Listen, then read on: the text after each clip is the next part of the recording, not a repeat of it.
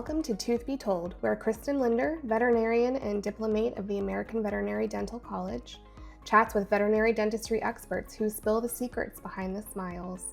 From practical tips to fun behind-the-scenes stories, this podcast is made for veterinary professionals with a passion for dentistry. Tooth Be Told, we can't wait for you to join us. Hi there, and welcome to Tooth Be Told. I'm Dr. Kristin Linder, and I'm so excited to have you join us on this journey into the world of veterinary dentistry. Each episode, we chat with experts who are leading the charge in dental health. From practical tips to fun behind-the-scenes stories, we'll cover it all. Whether you're just getting started or you're a seasoned pro, there's something here for everyone. Today, we're talking about the economics of a high-performing dental practice, and we are thrilled to have Dr. Jennifer Redmon, founder of Pet Dental USA. We're extra excited to host Dr. Redmon because she's one of our earliest and biggest users of PerioVive. Welcome, Dr. Redmon. It's great to have you here. Thanks for having me. To start off, can you tell us a little bit about your background and what drew you to veterinary dentistry? Sure. I started back in Northeast Indiana when I was a kid back in the 70s. My cockapoo got his teeth cleaned every year at our local veterinary clinic. That became my first job when I graduated from Purdue in 1992. So I got quite a bit of general dentistry experience over the 20 years I was in general practice. Then about 14 years ago, I went into high quality, high volume spay-neuter. And I learned all about efficiency and focusing on one thing to become really good at that and to provide high quality care. And that's where I came up for the idea for Pet Dental USA, which we opened our first location in 2014. And we now have 5, almost 6 practices in Arizona and Oklahoma. Wow, that's really neat. And your cockapoo, what was his name? Gidget. Gidget, I love it. Yeah. And I'm sure a lot of periodontal disease there. Well, we started preventatively. I mean, thinking back, it was pretty amazing that she got a lot of preventative care and, didn't lose a lot of teeth along the way. So Wonderful. Yeah. Well, tell me, how do profitable dental practices balance efficiency and quality of care? It's definitely about starting with the quality of care and then working toward the efficiency via the training of the doctors and staff, providing them with good education and who does what, and making everything very efficient, and then having good standard of procedures and quality of care. I love that answer. I love starting with the quality of care. I think that's so important, and that's spot on. You just can't trade that. So, great answer. What do you feel are the biggest financial mistakes that practices make when trying to grow their dental service? I think the biggest thing is probably not buying quality equipment. They need a good x-ray system. They need good quality high-speed drills, and definitely quality continuing education to use that equipment. And also making sure that each doctor should have 2 tables to be able to perform the dentals on so that they can go back and forth between one to the other and get things done efficiently. Yeah, that definitely relates back to that last question about efficiency, just being able to move on to your next procedure. Yeah. For practices that feel that dentistry is too time consuming or not profitable enough, what mindset or data shifts would you recommend? Definitely getting more continuing education. People just don't get enough continuing education in dentistry and anesthesia, and it needs to be the doctors and the staff so that they can make a proper diagnosis to do proper treatment. You can focus on prevention instead of emergency dental responses.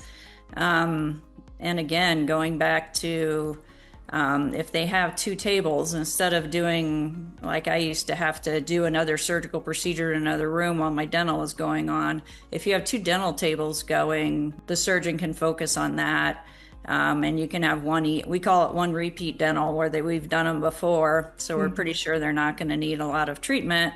And then one that's more advanced and needs more of the doctor's time.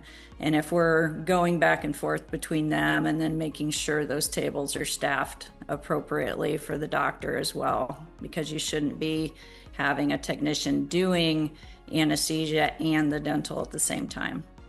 Yeah, absolutely. And I love that you mentioned that we should be getting CE in not only dentistry, but anesthesia as well. I think that is so important. That's half the job, right? We can't do dentistry without having them under anesthesia. And so we need to value that equally. Correct. Well, I guess along those same lines then, what advice do you have for new grads or those that are new to dentistry but want to incorporate more dentistry into their practices? It sounds like CE is a big one. That's my answer for a lot of these is continuing education. I was going to make a big neon sign, but I didn't have the time to get it done.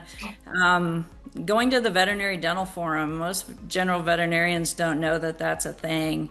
And going to the dental forum, you can get 24 hours of CE and your staff can, and there's wet labs and there's lectures and there's just so much information and so many levels of learning, all the way from a beginner all the way to all the specialists are there learning about all the newest things. So it's just so important to get that CE.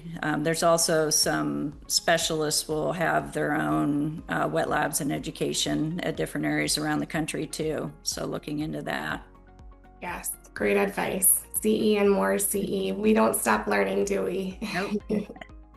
What is one of the biggest challenges that you face with dental care for pets, and how do you overcome it? I think it's the owners thinking that their pets' mouths don't hurt.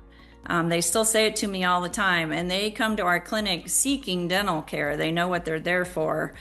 And they still say, but I don't think that boo-boo hurts, and it's like, well, boo-boo does hurt, they're just hiding it from you. And, educating people, and knowing that pack animals like cats and dogs hide problems from us. And it's just, the nature of the animal, whereas humans, teeth definitely hurt, and we can talk about it and say what hurts. Gosh, I agree with you. I think that's such a common thing to hear, right? They're still eating, so they're not hurting. Right. I can't tell you how many times I saw jaw fractures that were still eating, and I can't imagine that a jaw fracture wouldn't hurt. So I agree with you on that. What's a common misconception about veterinary dentistry that you'd like to clear up? Oh, there's so many. Just talking to general practitioners, I would say that owners will pay for dental care for their pets if you price it affordably and educate them about the importance of it. Also, for vets not to be telling people that everything looks fine because the teeth aren't very dirty yet, and then they don't recommend the dental procedure, thinking it's just about cleaning when it's not. We're x-raying and we're probing and we're finding all kinds of other problems, and just waiting too long to make that recommendation, because the owners know that there's a problem. They smell it, and they see it, and they come to us when their vets told them they don't need a dental. Also, just starting younger. Small dogs need to start at 9 to 12 months, bigger dogs and cats at 1.5 to 2 years. And that, if you don't like dentistry or your practice can't offer the standard of care, like having x-rays and stuff like that they need to, that they should not be afraid to send the pet to a dental focused practice or to a neighboring vet that does like to do dentistry. Yeah, agreed. Great answer. Along those lines, talking about equipment and about dental radiographs, what investments in terms of equipment, training, systems, do you think tend to generate the highest return in a veterinary dental practice? As far as training, the continuing education is always gonna be the biggest thing that you get your money back on, and it's the best thing for the patients. And then the next thing is your x-ray or imaging system. If you have a good system, the veterinarian can read things better. When they can diagnose more things, they're going to generate more income, but they're also going to provide a higher quality of care for their patients. And then just stuff like getting proper training on new products, just like PeriVive. Like, what is it for? How does it work? How do we charge for it? That type of thing. It's important to get training in the hospital for the staff and the doctors so everyone understands what a product is for. Yeah, wonderful. Staying open-minded, continuous learning, all of that. All right, I've got a really important question for you now. Okay. What is your favorite dental instrument and why? Again, I have so many.